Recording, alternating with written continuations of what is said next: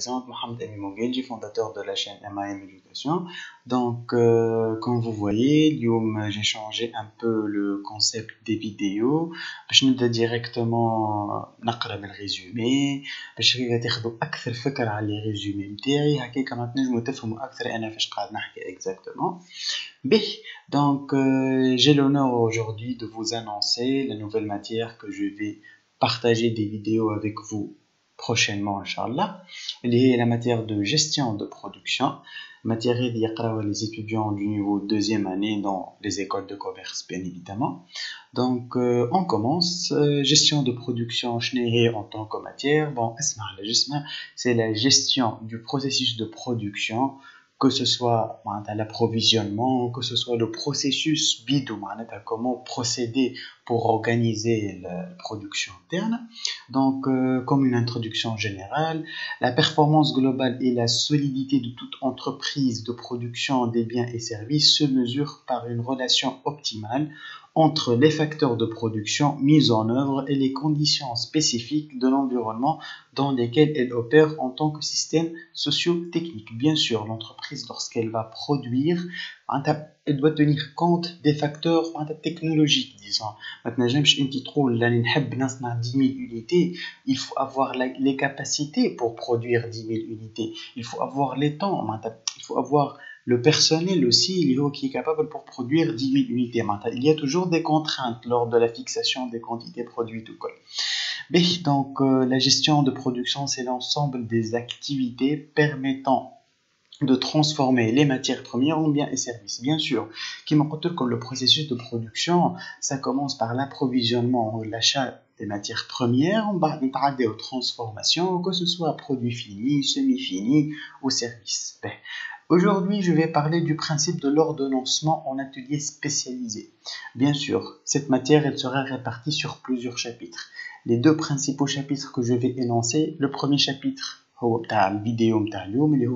le principe d'ordonnancement en atelier spécialisé, et le prochain chapitre, c'est le principe d'ordonnancement d'un projet. Donc aujourd'hui, on va parler des ateliers et des machines, et dans les vidéos prochaines, on va aussi parler des ateliers et des machines spécialisées, des ateliers spécialisés, et prochainement, on va parler de l'ordonnancement d'un projet. Donc, on commence. L'objectif de cette étape, c'est la séquence d'exécution des travaux du programme de production, la chronologie d'utilisation des ressources de l'entreprise ou charge de travail.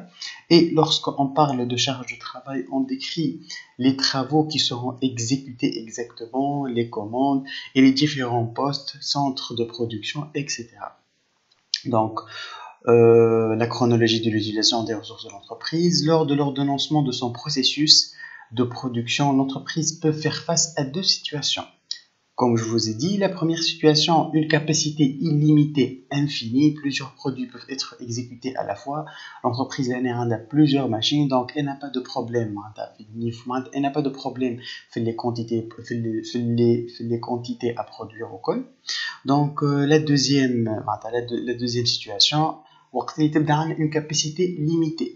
Par exemple, on doit choisir, est-ce qu'on va produire le produit A ou le produit B. Par exemple, j'ai une commande, 10 000, alors qu'on est capable de produire que 5 000 et 5 000.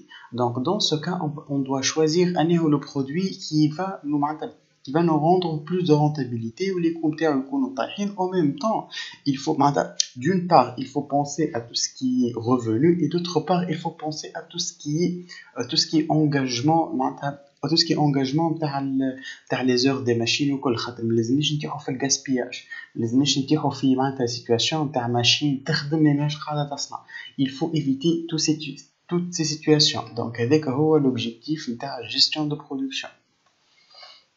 Donc l'ordonnancement est une partie très importante car elle assure, une planification efficace et efficiente, une circulation plus rapide des marchandises et une capacité supplémentaire.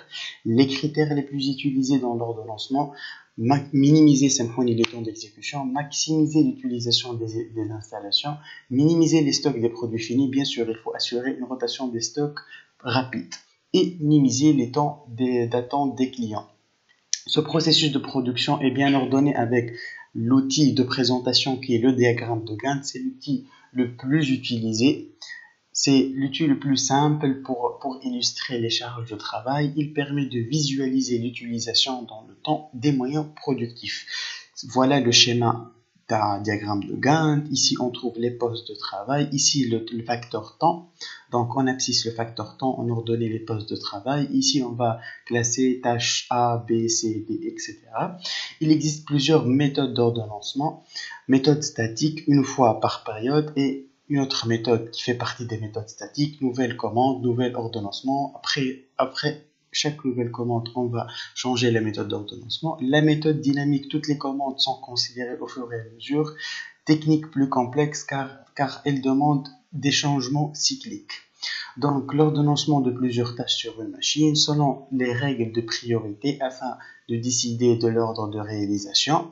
Il y a la méthode PEPS, la méthode TOM, temps opératoire minimum, les dates promises, etc. Donc, la vidéo est terminée. Merci pour votre attention. N'hésitez pas de vous abonner et d'activer les notifications. De vous abonner aussi à ma page Facebook MAM Éducation ainsi que sur ma chaîne YouTube MAM Éducation. Vous trouvez le résumé détaillé dans le lien de la description.